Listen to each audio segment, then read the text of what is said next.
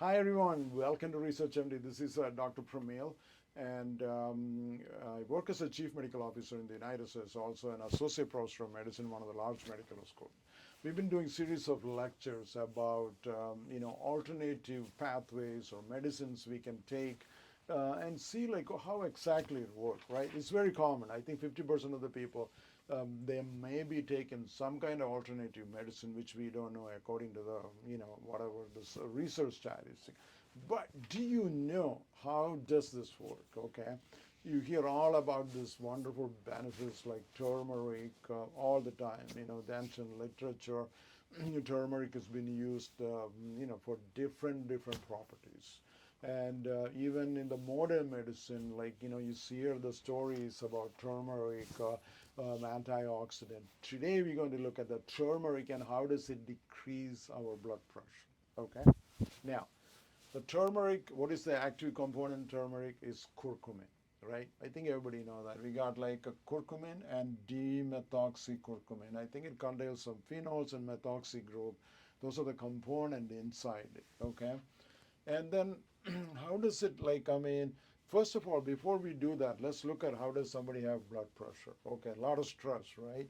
So reactive oxygen species, they're like free radicals, is bad for health. Everybody need to know that. So they accumulate oxidative stress, endothelial dysfunction, and the main word you have to like nitric oxide goes down. Nitric oxide, my friends, is the most important component to decrease the blood pressure. What does it do?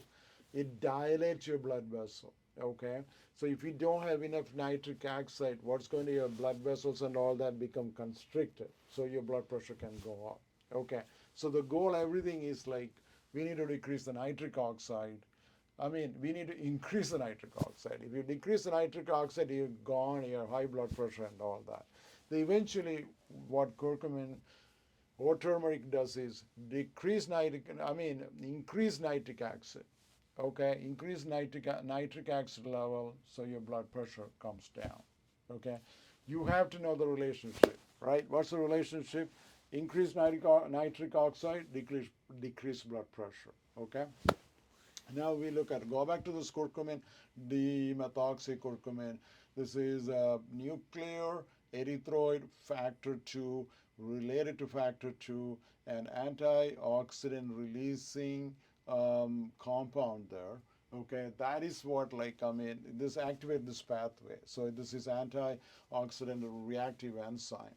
So there is increased antioxidant activity over here. They come up here, and this reactive oxygen species, which are free radicals, is going to affect the accumulation, so it decreases it. Okay, so what happens is like this pathway is kind of blocked, so there will be like increased nitric oxide.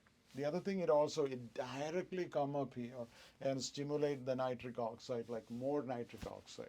Remember, the more nitric oxide, blood vessel dilates and your blood pressure goes down. Now you got nuclear factor.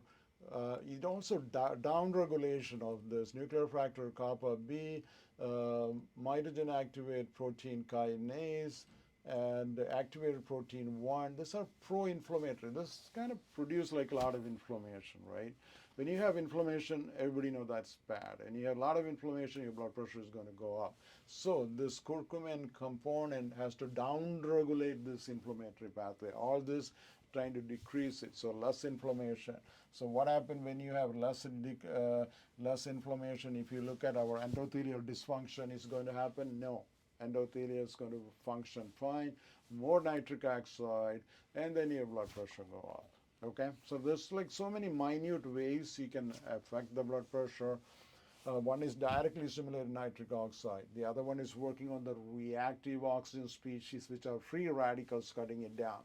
And the other one is down regulating the pro-inflammation, so decrease inflammation, so endothelium is saved, so decrease blood pressure. So three mechanism we can see how does turmeric can decrease your blood pressure. Scientific studies have proven that. We may give a presentation maybe later which scientific studies and all that, but thank you for watching. We'll be back with another presentation soon. God bless.